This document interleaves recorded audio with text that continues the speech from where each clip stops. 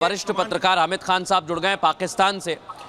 जिस तरह से पाकिस्तान में गलत गतिविधियां की जा रही हैं और अब भारत ने फैसला कर लिया हामिद खान साहब कि हम उस पर विचार करेंगे।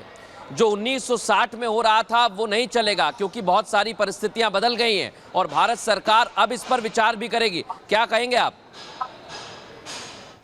देखिए, बात यह है कि भारत से कश्मीर के मकबूजा कश्मीर के हालात संभाले नहीं जा रहे। भारत ने सारी कोशिशें कर ली, वहां पर जो कश्मीरी श्रीनगर, पुलवामा, बारामूला का कश्मीरी है वो आजादी लिए बगैर तो आपको छोड़ेगा नहीं।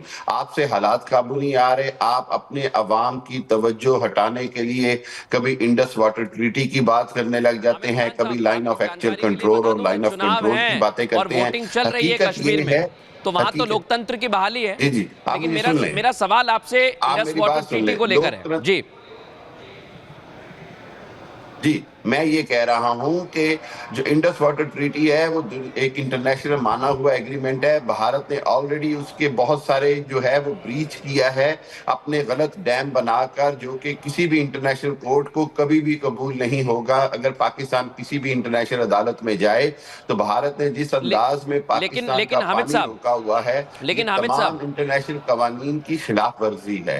आप भी ये जानते हैं कि भारत ने पाकिस्तान का पानी रोका है, चाहे वो दरियाए रावी हो, सतलुज हो या चनाब हो, और पाकिस्तान का पूरा हक बनता है, अधिकार है पाकिस्तान का कि पाकिस्तान भारत को इंटरनेशनल कोर्ट में ले जाए और सिंतास मुआहदा तोड़ने के ऊपर, सिंतास मुआहदे की खिलाफ वर्जी के ऊपर भारत पर पाबंदियां लगवाने की बात की जाए, इंटरनेशनल इकोनॉमिकल सैंक्शंस की बात की जाए। क्योंकि भारत ने जिस अंदाज में पाकिस्तान का जो पानी रोक कर जिस अंदाज में इस मुआहदे की खिलाफ वर्जी की, मैं ये समझता हूं कि जब से मोदी सरकार आई है वो तो गांधी जी को बापू मानने को तैयार नहीं है, वो तो गॉडसे को अपना हीरो मानते हैं। जिस अंदाज की हामिद अंसारी साहब, आपको बता देते हैं जब से मोदी सरकार आई है तब से देश में कितना बदलाव हुआ है। शायद आप वरिष्ठ पत्रकार हैं, लेकिन शायद आपकी नॉलेज में नहीं है। आपने सिर्फ जी, मोदी सरकार आई है तो उसके बाद से देखिए धारा 370 जम्मू कश्मीर से हटी है। मोदी सरकार आई है तो जम्मू कश्मीर में चुनाव हो रहे हैं। मोदी सरकार आई है तो देश में बदलाव हुआ है। 400 से ज्यादा फौजी मारा जा चुका है। आपका 400 से ज्यादा फौजी जो है 370 हटाने के बाद कश्मीर में मारा जा चुका है। आपका फौजी कश्मीर में खुदकुशियां कर रहा है। आपका फौजी जो है वो कश्मीर में ड्यूटी ज्वाइन नहीं करना चाहता। आपका ऑफिसर कश्मीर में ड्यूटी ज्वाइन नहीं करना चाहता। ये 370 हटा के मोदी ने किया। 370 हटा के इलेक्शन नहीं लड़। देखो ये सच्चाई है में जो ये बोल रहे हैं, एक बार सुनने दो। अभी आपका हमने सुन लिया है, अब आप सुने। देखो सच्चाई ये है कि आप अपना आईना झांक के देखें। अभी आपने मुजफ्फराबाद, मीरपुर, कोटली, झांगड़, ददनियाल बाग, वहां पर लोग सड़कों पे खड़े हुए हैं, वहां पर चक्का जाम है और शटर डाउन है। वो भारत में मिलना चाहते हैं। उसकी वजह ये नहीं है, उसकी वजह है इकोनॉमी।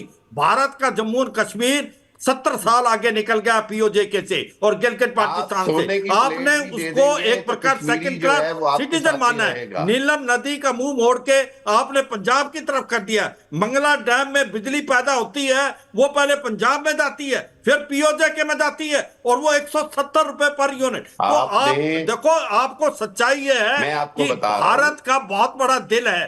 भारत ने ये जो अभी आपकी इंडस वाटर ट्रीटी थी, उसके तहत अभी तक कभी लड़ाई के दौरान भी पानी को बंद नहीं किया। जो आप ये कृष्ण गंगा हाइडल प्रोजेक्ट की बात कर रहे हैं, ये आप गए हैं, आप इंटरनेशनल कोर्ट में हारे हैं, और ये सच्चाई है। As per the provision of Indus water treaty हम इसका रिव्यू ले सकते हैं आर्टिकल 3 की तरह।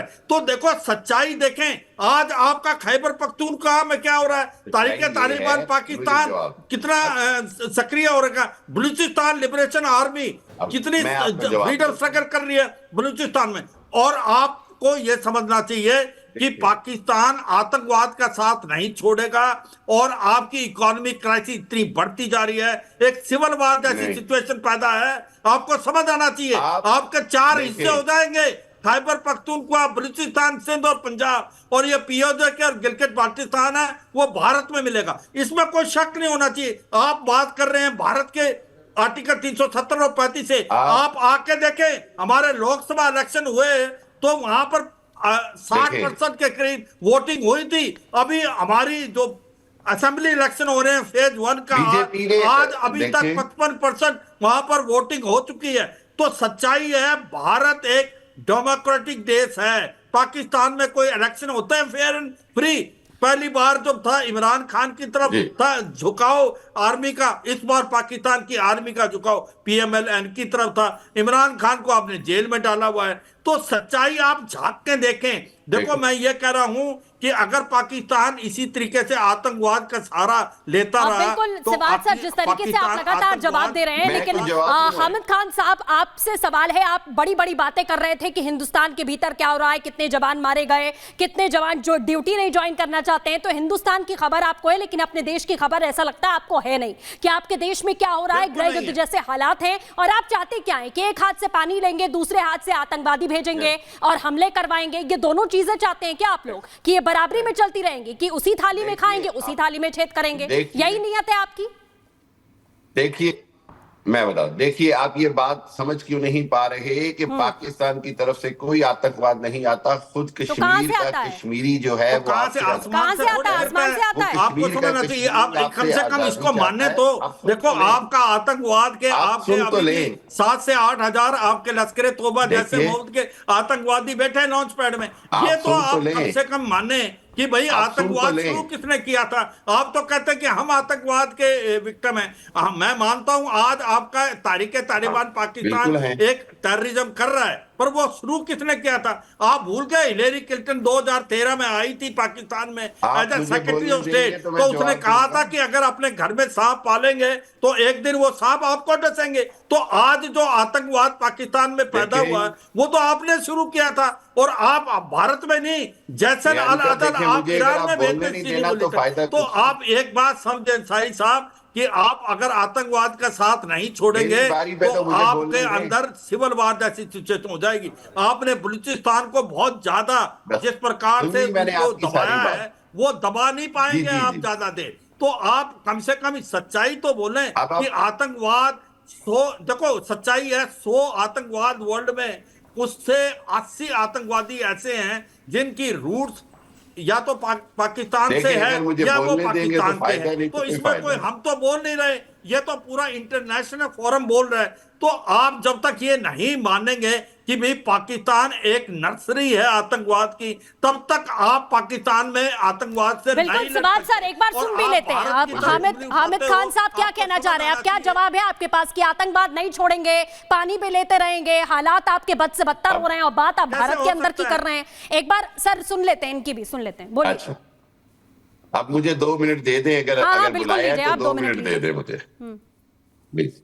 अच्छा देखिए बात यह है कि जिस तरह अभी आपने मुझे कहा कि जी मुझे भारत का इतना क्यों फिक्र है, तो आपको क्यों भारत पाकिस्तान का इतना फिक्र है कि हमारे यहाँ सियासत में क्या हो रहा है या हमारे यहाँ जो है वो इंटरनल इकोनॉमिकल सिचुएशन क्या है। हमारे यहाँ पहली बात तो ये कि इकोनॉमिकल सिचुएशन बहुत बेहतर है। आपका फैलाया हुआ प्रोपेगेंडा है कि पाकिस्तान में ये हो रहा है, पाकिस्तान में सिविल वॉर है, ये सब झूठ और फैलाया हुआ प्रोपेगेंडा है, पहली बात। दूसरी बात ये है कि आपने कश्मीर में 370-35 हटा के देख ली, पहली बार बीजेपी खुद डायरेक्ट इलेक्शन नहीं लड़ सकी मकबूजा कश्मीर में, ये तारीख में पहली बार हुआ। अच्छा तीसरी बात ये है कि आप अगर किशन गंगा डैम की बात करते हैं या दूसरे जो छोटे छोटे रिजर्वायर बना के आपने इंडस ट्रीटी की खिलाफ वर्जी की है, तो मैं ये समझता हूं कि पाकिस्तान के पास अभी भी हक है कि वो आलमी अदालत में दोबारा जाए। हामिद खान जी और सर आप दोनों हमारे साथ जो जुड़े बहुत शुक्रिया। लेकिन हामिद खान जी जाते जाते आपको मैं बता दूं, आप कह रहे हैं कि इकोनॉमिक स्टेबिलिटी है आपके देश में, लेकिन वहां पर हमने देखा था कि कटोरा लेकर कैसे लोग वहां परेशान है और आलू और टमाटर को लूटने के लिए कैसे एक दूसरे की जिंदगी लेने पर बेकाबू हो गए थे। आप दोनों का बहुत शुक्रिया हमारे साथ जुड़ने के लिए।